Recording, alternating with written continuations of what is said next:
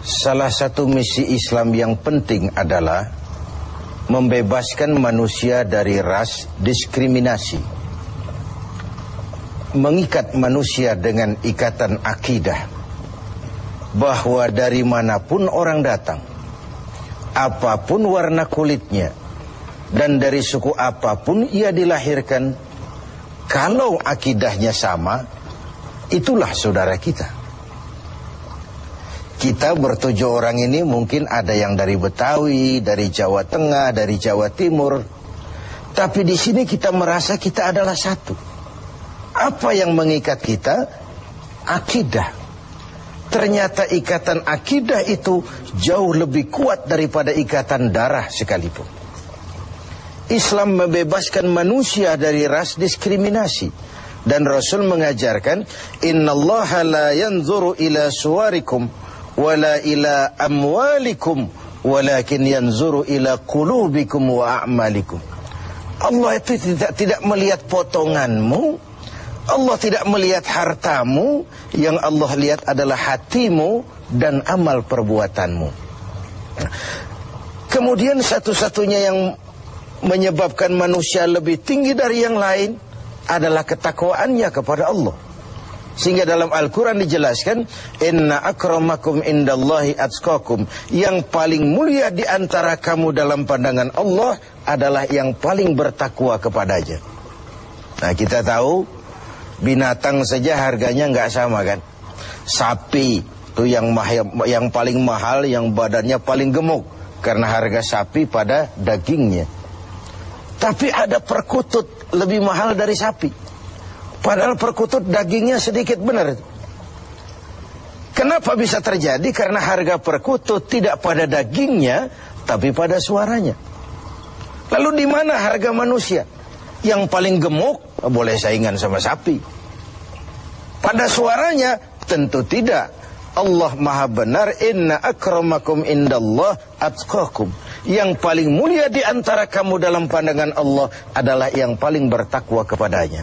Nah, tujuan disyariatkannya pelaksanaan ibadah puasa, tujuan kita semua diperintahkan melaksanakan ibadah puasa, pada penghujung ayat 183 Al-Baqarah jelas, la'allakum tattaqun. Agar dengan puasa yang kamu kerjakan itu, kamu menjadi orang yang bertakwa kepada Allah Subhanahu wa ta'ala. Jadi puasa yang benar harus mengantarkan pelaksananya mencapai maqam, mencapai tingkatan yang disebut ketakwaan itu tadi. Nah, ini pantai yang mau kita tuju dalam melaksanakan ibadah puasa. Jadi puasa berhasil apabila ia mengantar pelaksananya menjadi orang yang semakin bertakwa kepada Allah Subhanahu wa ta'ala. Dengan kata lain, sebenarnya Ramadan ini 1 bulan untuk menghadapi 11 bulan sesudahnya.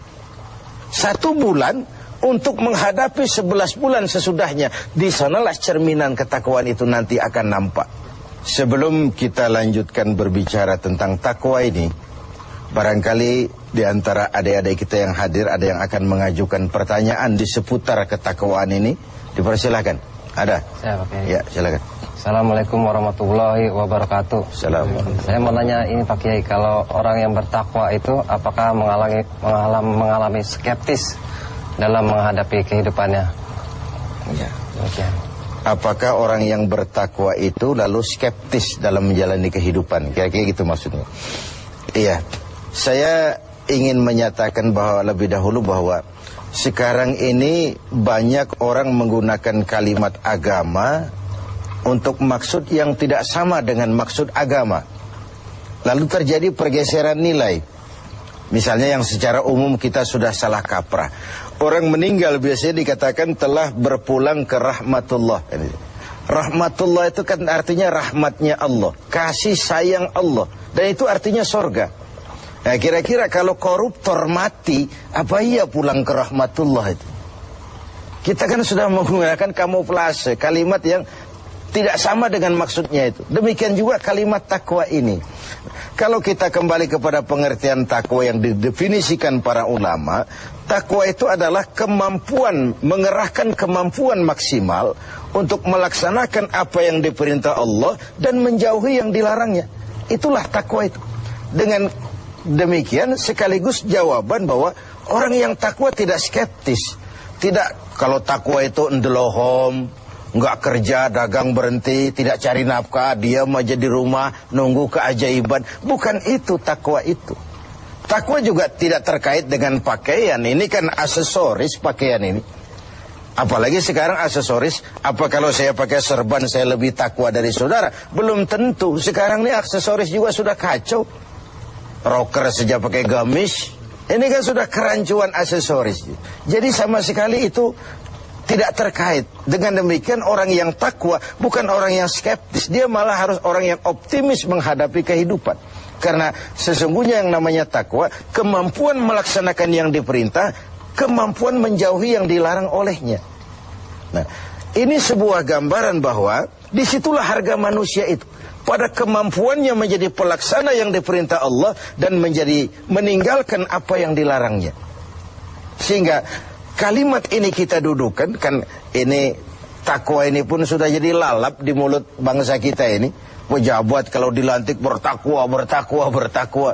Habis dilantik jabat takwa ngalor dia ngidul. Nggak sinkron, nggak ketemu ujung-ujungnya itu.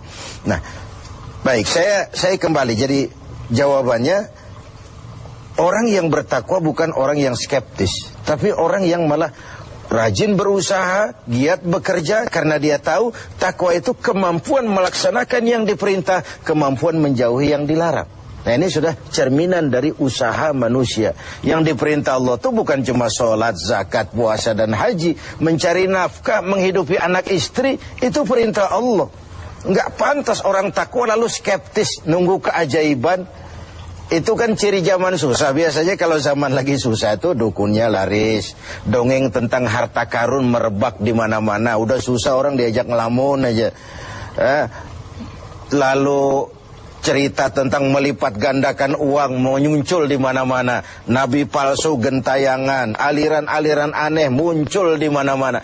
Itu biasanya kalau zaman sedang susah, yang kayak begitu tuh jadi fenomena dalam kehidupan.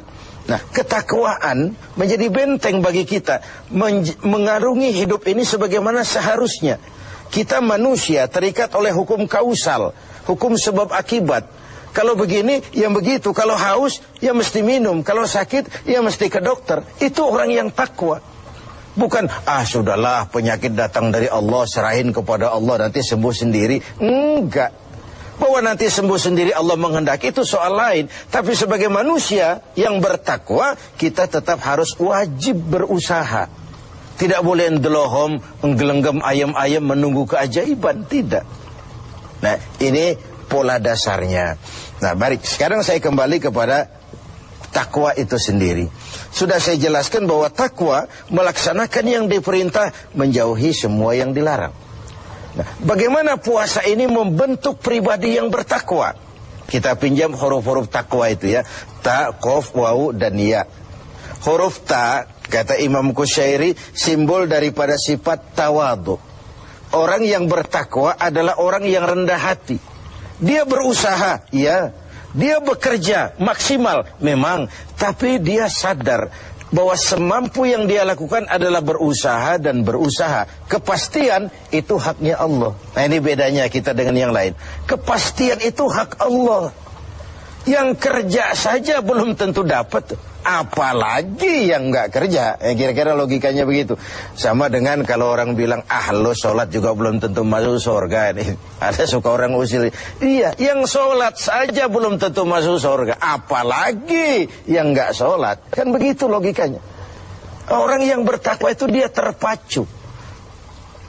Nah, timbul sifat tawadu, rendah hati, dibentuk oleh pelaksanaan ibadah puasa ini. Kenapa?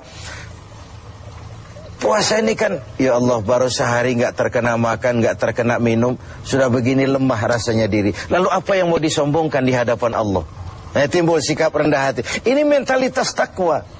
Dia bekerja, dia berusaha, dia gunakan teknologi canggih, dia pakai manajemen yang paling modern, dia pakai tenaga yang profesional, tapi di balik itu dia sadar betul, kepastian cuma hak Allah. Maka usahanya selalu diiringi dengan doa. Agar keberhasilan tidak membuat dia lupa diri, kegagalan tidak membuat dia putus asa. Inilah nikmatnya takwa itu. Keberhasilan tidak membuat lupa diri, dan kegagalan tidak menjadikan dia putus asa. Selalu melihat hikmah di balik apapun yang dia hadapi itu. Rendah hati. Makanya di hadis qudsi dikatakan, aku cinta orang yang rendah hati, aku lebih cinta kepada orang kaya yang rendah hati. Aku benci orang miskin, tapi aku lebih benci orang miskin yang sombong. Aku benci orang sombong, aku lebih benci orang miskin yang sombong. Jadi kalau ada orang kaya rendah hati, wajar saja. Orang kaya nggak sombong kan pantas. Orang miskin nggak sombong, pantas saja. Emang nggak ada yang mau disombongin. Tapi kalau orang kaya segalanya punya, dia rendah hati, itu yang Allah lebih cinta. Nah, takwa menanamkan itu, sikap rendah hati. Lalu huruf yang kedua, huruf qaf, simbol dari sifat qanaah. Ini sifat orang takwa, merasa cukup dengan apa yang diberikan Allah. Tengoklah, puasa ini kan mendidik. Saat menjelang buka, kayaknya semua isi meja mau kita pindahin ke perut kita. Kalau boleh jangan orang lain, jangan kebagian. Padahal apa sih daya tampung perut kita itu? Seteguk air, sepiring nasi, sepotong kue, kenyang sudah. Ini menyelamatkan manusia dari sifat tamak, rakus, serakah. Kan ini yang menyebabkan terhalangnya pemerataan dalam upaya pembangunan di negara kita ini. Sehingga gunung ditimbun, sumur digali. Yang kaya makin hebat, yang miskin makin terpuruk. Akibat pola keserakahan itu tadi. Nah, dengan demikian, dua dari sifat takwa ini kita bicarakan. InsyaAllah yang sisanya kita lanjutkan pada kesempatan.